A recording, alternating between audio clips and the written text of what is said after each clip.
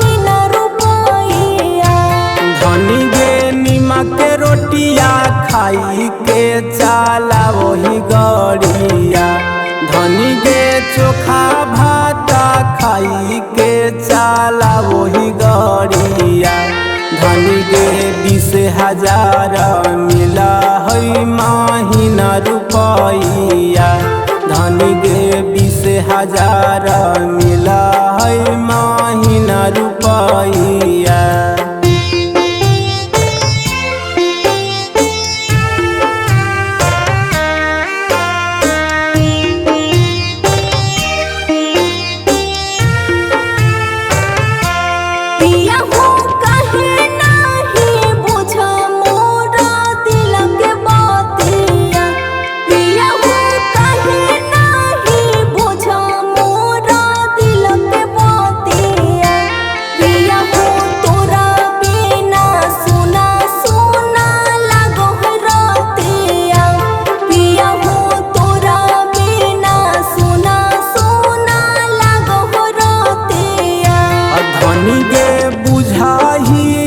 हमें तोरा दिल के बतिया धनी गे बुझाइयो हमें तोरा दिल के बतिया धनी गे वीडियो कॉल पर कटी जीतौ सारी रतिया धनी गे वीडियो कॉल पर कटी जीतौ सारी रतिया।